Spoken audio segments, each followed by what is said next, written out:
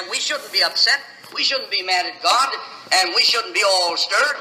However, we want to pray and seek the Lord, and we want to call people's names in prayer, and we want to sympathize with them, but at the same time make this allowance that all of us are going down, and all the prayer we can pray isn't going to stop the set plan of God from working. You can pray for the sun not to come up in the morning. Everybody in the world can stand up and pray for the sun not to come up in the morning. It'll just come right on up just the same, because God set it in its orbit, and it'll come right on up just the same. Now, maybe once in thousands of years, there would be some special occasion. There'd be some outstanding strategic something that the crises would be on. And it wouldn't take but one man praying for the sun to stop, and God to stop and hold it there for a while.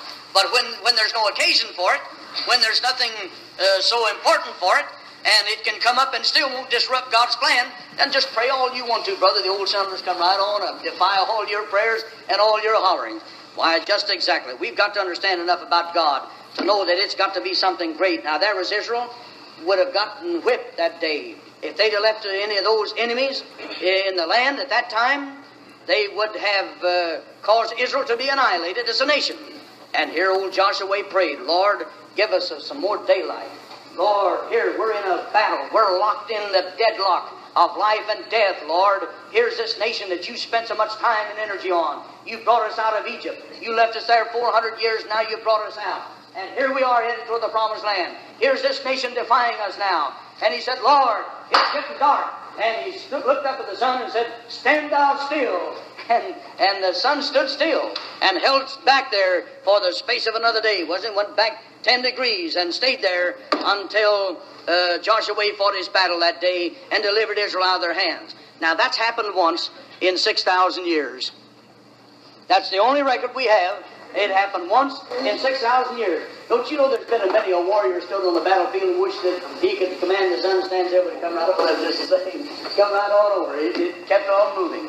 There's been many a person read about Israel crossing the river of Jordan and the Red Sea and their waters congealing. There's been many a person thought that he is important enough to stand at the Mississippi bank and command that water to stop and let him walk across dry shod. There's lots of preachers like to have that glory. Do you know that? There's any amount of men, if they just had the least inkling they could do that, they'd go over there on the banks of the Mississippi or Ohio River and try to stop it to make folks think that they is right and to give them a big name of some kind. But let them go ahead.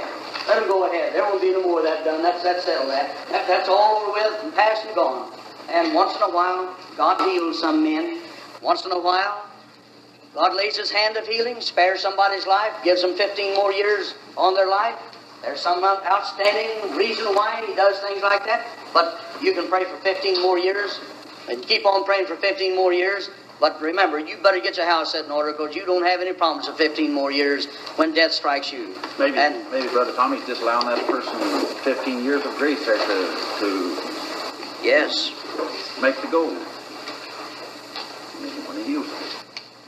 And that's the reason some people are praying the way they are.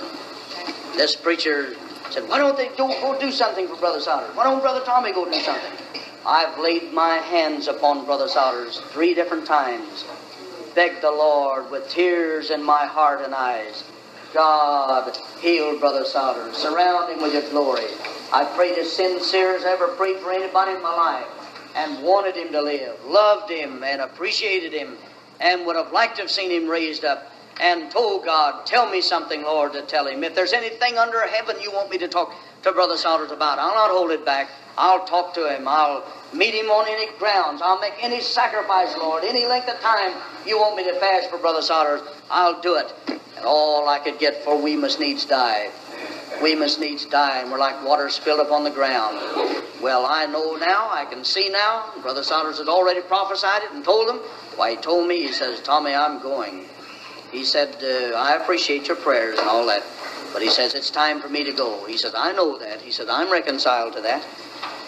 My Lord. And so this preacher said, why don't they do something for him? Said they practically got him buried already, because we mentioned him the way we do.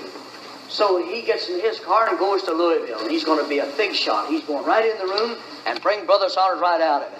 He went in there and prayed a big long prayer and laid his hands on him. Brother Sowders has been worse ever since. and getting worse ever since he's in there and prayed for him. That shows you there's some men, he didn't go in there to pray with Brother Sowders because he loved him, wanted him to live. He didn't go in there with the right motive in his heart. He went there to belittle all of us and make it appear that our prayers was of no avail, that we wasn't praying right, and that we didn't love Brother Sowders. We didn't want to submit to the order that God caused Brother Sowders to put the body in. This question may be out of order, but didn't Brother Sowders tell this thing too that he was going to pass off the sin, and this body would never make the progress that it should, and yet it did? How many was at the Christmas school when you heard Brother Sowders say that? Do it. And one of the first times that it stirred up things was right down on Preston and Broadway when we rented that big church down there and had the school down there. Do you remember that school? How many was at that Christmas school? Way down on First Street. And there's where Brother Sowders ended. Why, he was up talking and somebody sent in a belittling question about me. And I'd been sitting way back. I hadn't even been to the front or anything. And this question came in. And Brother Sowders said, well, is there anything wrong with me delivering what I have to one of the brethren around here? He says, is there anything wrong with me confiding in one of these ministers that I see God's hand upon to be able to carry this work on? And he spoke it right out. He said, I'm going to die some of these days. He said, did it ever dawn on you that I'm going to die? I can't live forever here in this body. And he said, I'm tired and worn now. And he said, what's wrong with me talking to Tommy here and giving him what I have and equipping him to carry on? He said, somebody's got to carry on in my place. Somebody has to have the voice of authority and speak as an official after my departure. He said, is there anything wrong with me equipping some man to do that? And 2 or 3 of the brethren blew up and went out of the school and stirred a big mess up among the brethren around there. And Brother Sowders took his stand right there and held firm for it and called my name right out before the whole congregation. Why, I like to faint it. I never thought of such a thing.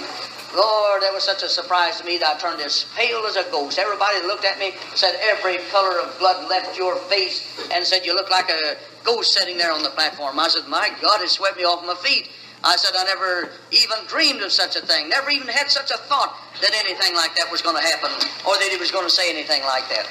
And it was a surprise to me, but I don't know what it was to some of the rest, but anyhow, I never thought of such a thing. I never had such a thought. Then I began to put 2 and 2 together, and I began to remember. Dear old Brother Aubrey, a prophet. You've heard Brother Sowders call him a prophet. And he never said a thing in the way of prophecy that didn't come to pass. There was a man in our midst that could tell you what the future was. And I never saw it fail. He stood on the streets of Whittle, Kentucky, and when they arrested him and told him, said, God will destroy this city by fire. And actually, when the fall rolled around, that town caught on fire, and there's still some of the ruins down there yet, old brick walls standing that he said would burn. He went back a year later, and here he was, an honorary detective of the United States with a gold badge, an honorary detective. And all he had done is show that badge, and they couldn't have put him in jail. But he kept his badge concealed and went on in jail and stayed that night as a witness against him. The next morning he came to him and he called for the sheriff, and he said, Sheriff, he said, I prophesied against this city.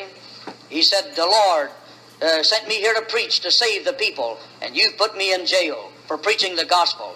He said, I said that God will destroy this city by fire. He said, I didn't have to come to jail. You couldn't have put me in jail. But he says, I willingly came in here as a testimony and stayed all night. But he said, I did it as a testimony. But he said, you open these doors and let me out of here right now. And he threw his badge open like that. And the man, when he saw that gold badge, he opened the door right now, let Brother Aubrey out. And he begged Brother Aubrey not to do anything about it. He said, I could get you in plenty of trouble if I wanted to. He said, but I willingly stayed in your jail all night. And he closed his badge back up again. That town caught on fire and burned up. Was he a United States Marshal, an honorary United States Marshal? Yes, honorary United States Marshal it was.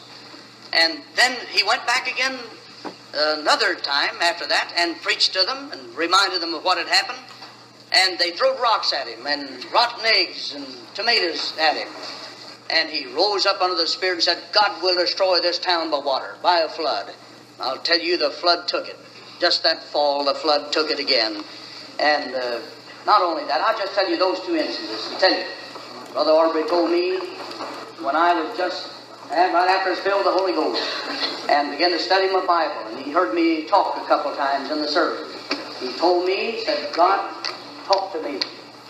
Said the Lord talked to me and told me what the lineup was in this body, and told me exactly what was going to happen to the different preachers and how the lineup was going to come. And he said, son, he said, I don't know you very well. He said, you was a child when I first saw you. But he said, I don't know why. But he said, the Lord has spoken, and the Lord will do.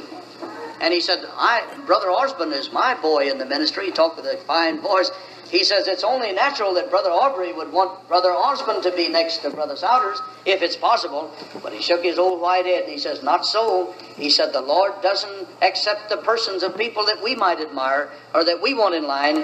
And he looked up and he began to cry. He said, God has something wonderful for you. There's something wonderful in store for you. And he said, the Lord showed me you standing by Brother Sowders. He said, he showed me another man standing by Brother Sowders, and said, all at once, that man faded out and went clear out of existence. And he said, when I looked at the lineup, you were standing next to Brother Sowders. And then he told me who was next, and who was next, and who was next. And he saw another one fade out, and he saw another one take that place, and on down the line. My Lord. That was the farthest thing from my mind. I just passed it off until Brother Sowders began to say what he did.